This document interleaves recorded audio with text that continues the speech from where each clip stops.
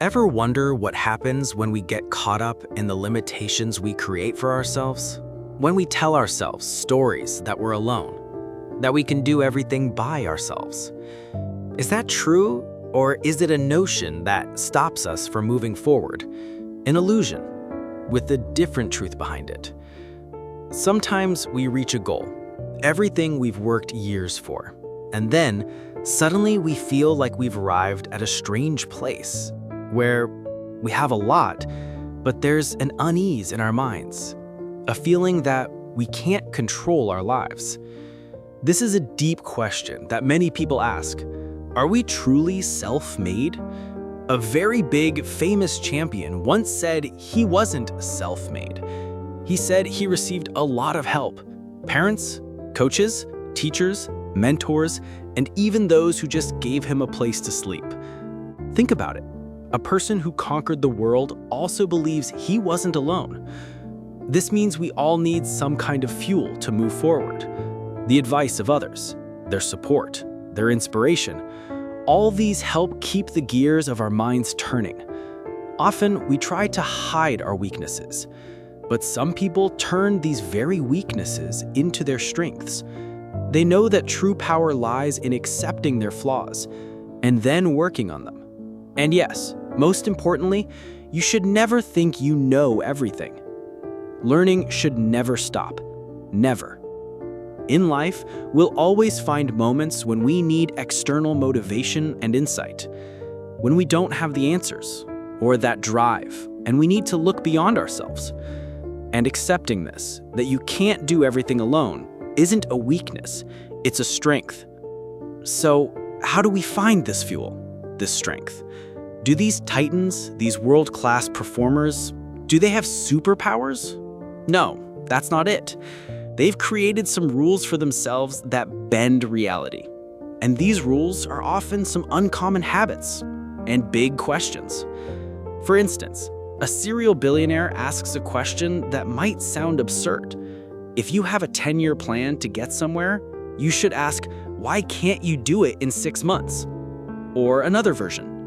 What might you do to accomplish your 10-year goals in the next 6 months if you had a gun against your head? Do you think you'll achieve 10 years of dreams in 10 seconds? No. But this question will break your mind, like a butterfly breaking out of its chrysalis. All your artificial constraints will disappear, and you'll realize that you could have renegotiated your reality at any time. It just takes practice. This book, which we're talking about, is actually a toolkit. It's not a 37-step program. It contains small, bite-sized, performance-enhancing details. And the good thing is that 10x results don't always require 10x effort. Small changes, made consistently, are what make big things happen. There's another surprising observation. More than 80% of the people whose stories are in it practice some form of daily mindfulness or meditation. Is this a coincidence? Or is it a meta skill that improves everything else? Perhaps meditation is like a warm bath for the mind. It helps you practice focusing when it's least needed, so that when you need focus the most, in a negotiation or a conversation with a loved one or lifting heavy at the gym, you're ready. It gives you a witness perspective. You observe your thoughts, you don't get lost in them. It's like you're standing outside the washing machine watching it instead of being inside it. And if you think you're not cut out for it, an expert said that if you spend 19.5 minutes of a 20-minute meditation session thinking about your to-do list, arguments or something else, you still don't fail. If you notice your mind wandering for even a second and bring it back to your focus, that's a successful session.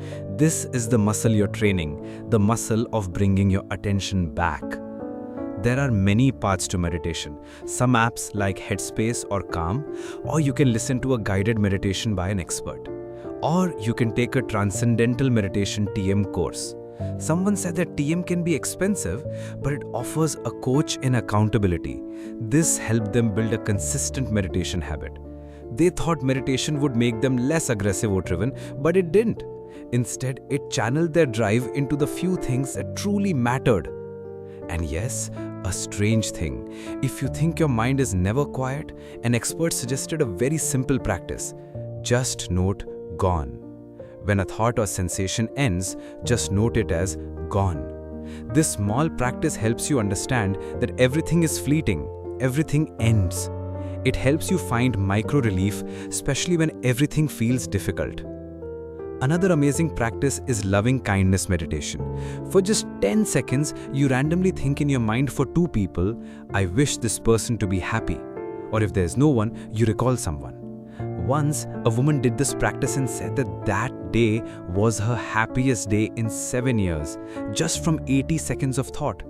This shows that thinking about the well-being of others also brings happiness to oneself. Now let's talk about the body.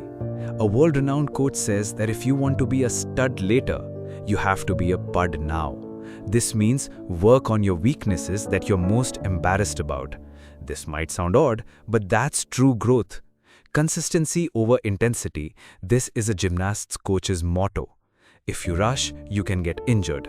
Some other interesting facts.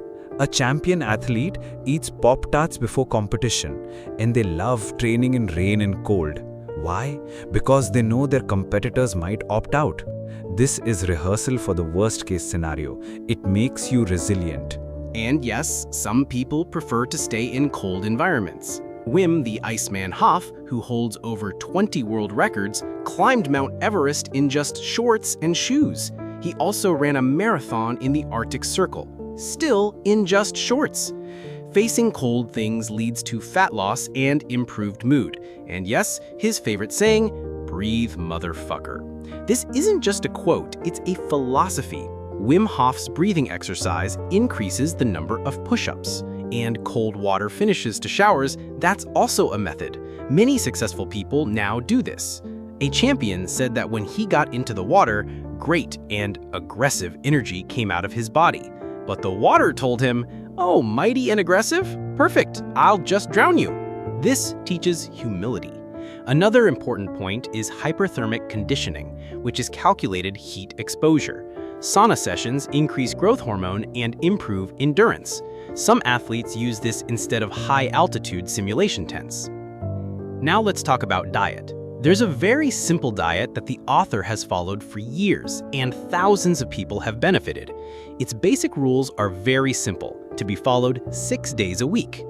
Avoid white starchy carbohydrates.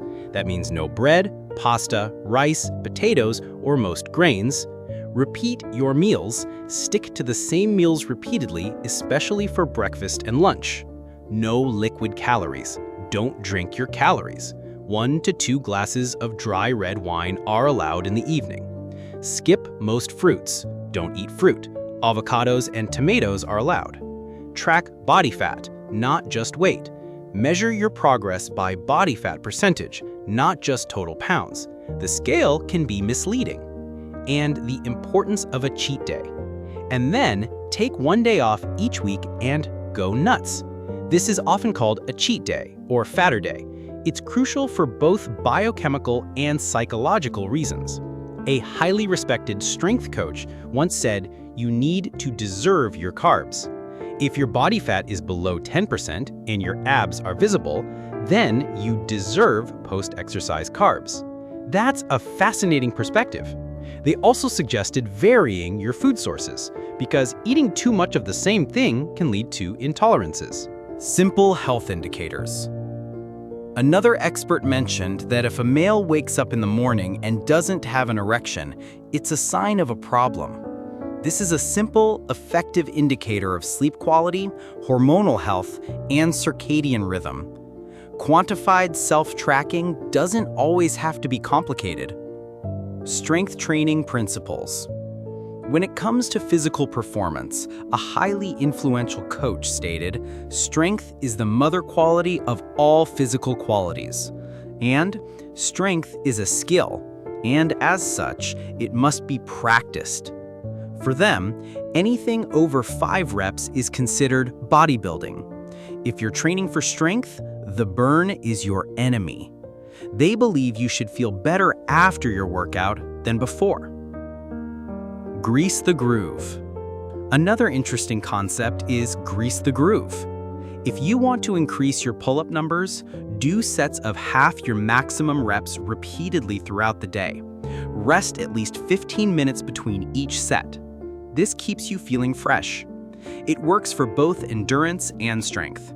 And if you're dealing with chronic pain, use a close cousin of the movement that caused your injury. The brain often maps movement and pain together. Introducing a new motor program can break that link. Exploring flotation tanks and psychedelics. Some people describe flotation tanks as psychedelic. These are sensory deprivation tanks where you float in water without any sound, sight, temperature gradient, or sensation of gravity. This calms the brain's constant search and information gating. It's like meditation on steroids. It helps recalibrate the neuroendocrine system, improving anxiety, insomnia, and mental chatter. Then there's the world of mind-revealing compounds, or psychedelics. These have been used ceremonially for many years. They're called amplifiers of the psyche. They can help you detach from your ego and provide mystical experiences. Some experts believe they can assist with things like treatment-resistant depression, end-of-life anxiety, and nicotine addiction. In one study, people described these experiences as among the most personally meaningful and spiritually significant of their lives. A friend shared that for them, a moderate to high dose of psilocybin in a supervised setting acts like a hard reboot. It closes all windows, force quits applications, flushes the cache, and installs upgrades. And when they return to normal, they gain a 30,000-foot view. It clears the noise, allowing them to see their most critical priorities and decisions clearly. Loving kindness meditation revisited. Oh, and there's an amazing practice called loving kindness meditation. For just 10 seconds, you randomly think of two people and mentally wish, I want this person to be happy. Or if no one comes to mind, you recall someone. One woman who tried this practice said that day was her happiest in 7 years, all from just 80 seconds of thought. This shows that wishing well for others brings happiness to yourself too. Body wisdom. Embrace your weaknesses. Now back to the body. A world-renowned coach suggests that if you want to be a stud later, you have to be a pud now. This means working on the weaknesses you're most embarrassed about. It might sound odd, but that's where true growth happens. Consistency over intensity. That's a core motto from a gymnast coach. If you rush, you risk injury. Here are some other interesting tidbits. A champion athlete eats Pop-Tarts before competition, and they love training in the rain and cold. Why? Because they know their competitors might skip it. This is rehearsal for the worst-case scenario. It builds resilience. Cold exposure for health and toughness. And yes, some people prefer to stay in cold environments. Wim Hof, who holds over 20 world records, climbed Mount Everest in just shorts and shoes. He also ran a marathon in the Arctic Circle, still in just shorts. Facing cold things can lead to fat loss and improved mood. And his favorite saying is, "Breathe, motherf." It's not just a quote, it's a philosophy. Wim Hof's breathing exercises can increase the number of push-ups you can do. And finishing showers with cold water is another method many successful people now use. One champion once said that when they got into the water, great and aggressive energy would surge from their body. But the water would tell them, "Oh, mighty and aggressive. Perfect. I'll just drown you." This teaches humility. Another important concept is hyperthermic conditioning, which is calculated heat exposure. Sauna sessions can boost growth hormone and improve endurance. Some athletes even use this as an alternative to high-altitude simulation tents. He even ran a marathon in the Arctic Circle, still just in shorts. Facing cold conditions can lead to fat loss and a better mood. And his favorite phrase is, "Breathe, mother." It's not just a quote, it's a philosophy. Wim Hof's breathing exercises can increase the number of push-ups you can do. And finishing showers with cold water is another tactic many successful people now use. One champion once said that when they got into the water, great and aggressive energy would surge from their body. But the water would tell them, "Oh, mighty and aggressive. Perfect. I'll just drown you." This teaches humility. Another important concept is hyperthermic conditioning, which is calculated heat exposure. Sauna sessions can boost growth hormone and improve endurance. Some athletes even use this as an alternative to high-altitude simulation tents. Heat exposure and diet basics. Another important point is hyperthermic conditioning, meaning calculated heat exposure. Sauna sessions can boost growth hormone and improve endurance. Some athletes use this as an alternative to high-altitude simulation tents. Now let's talk about diet. There's a very simple diet that the author has personally followed for years, and thousands of people have benefited from it. Its basic rules are straightforward and are meant to be followed 6 days a week. The unpredictable nature of psychedelics. However, while all this sounds great, none of it's guaranteed. Psychedelics often give you what you need, not necessarily what you want. Reaching happiness often means going through some pain. Different doses have different effects, from a heroic dose down to a microdose. With a microdose, everything is just a little better. You're a bit nicer. It can even be helpful for depression, making you feel just good enough to actually do something about the issues in your life. The most lasting positive effects are seen in those who have a transcendental experience. This means the feeling that you're connected not only to other people, but to everything, to living systems, to the very air you breathe. When you truly experience being part of this larger system, you realize that your ego, your personal identity, isn't such a huge part of it. Someone once put it this way: "I came back into the prison of all the things that held me back, but I could see that the door was locked from the inside." But be cautious. Don't take these experiences lightly. An expert advised, if you get the message, hang up the phone. This means once you've received the insight, you don't need to keep having more experiences until you actually use that clarity to make meaningful changes. The psychology of money and time. Now let's talk about money. A very successful investor once said that good stories always beat good spreadsheets. Whether you're raising capital, pitching your product to customers, selling your company, or recruiting employees, remember that beneath all the math and MBA jargon, we're all emotional beings. We want to connect with narratives. We don't act because of equations. The hell yes principle. Another key idea: if it's not a hell yes, it's a no. Most of us say yes to too many things, and then these small, mediocre commitments fill up our lives. But when something truly, oh my God, hell yeah, comes along, we don't have time for it because we've said yes to too many half-baked things. This philosophy can truly open up your life. Redefining busy. And then there's the word busy.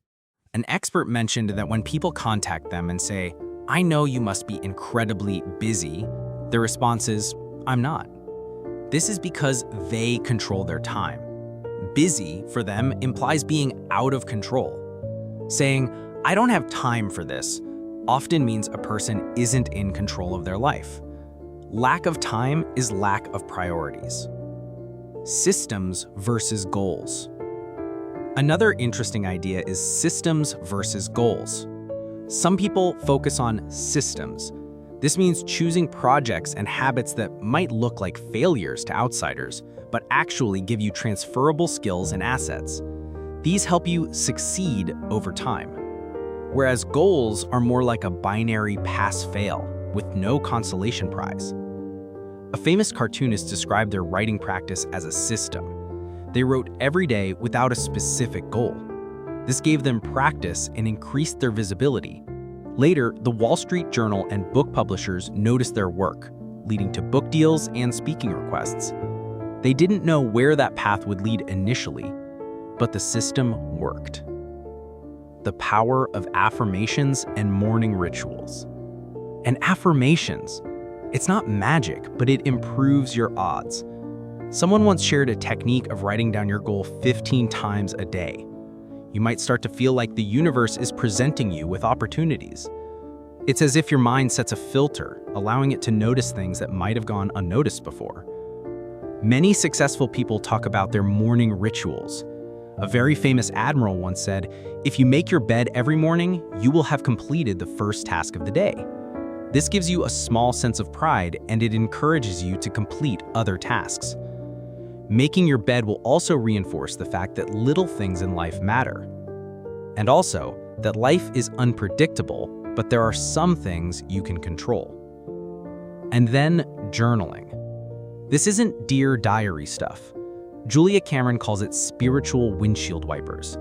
It's the most cost-effective therapy she's found.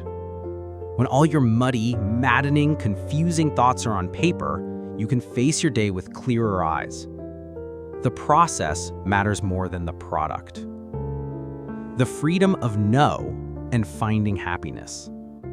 Ultimately, it's about understanding that the world doesn't need your explanation. When you say no, you don't need to offer excuses. That's incredibly liberating. And the biggest takeaway? Forget purpose. It's okay to be happy without one. The quest for a single purpose has ruined many lives. Maybe life doesn't have one single purpose. Embracing flaws and continuous growth. So, what does all this teach us? It teaches that we're all walking flaws. We're not perfect. We don't succeed because we have no weaknesses. We succeed because we find our unique strengths and build habits around them. Everyone struggles. There's comfort in that. View life as a series of experiments. Run small tests, and give yourself an exit plan for when things don't work out. Talk to people who are already where you want to be. Trust their insights. The continuous journey. This whole thing is a journey, one where sometimes we need to remind ourselves that we are far more powerful than we think. And when that realization hits, act accordingly. It's a continuous journey of learning, adapting, and getting a little better every single day. Where do you even start? Someone suggested, send a thank you note to someone tomorrow. Maybe that's exactly where it begins. In this journey of life, never stop thinking, never stop learning, because as a great person once said, whacking trees with a blunt axe is no way to go through life. Sharpen your mind. And remember, what you're seeking is already within you. Congratulations again, friends. You finished such a huge book, and I really respect your focus. If this video was helpful, please give it a thumbs up and help me out by subscribing to the channel. I'll see you in the next video. Love you, friends.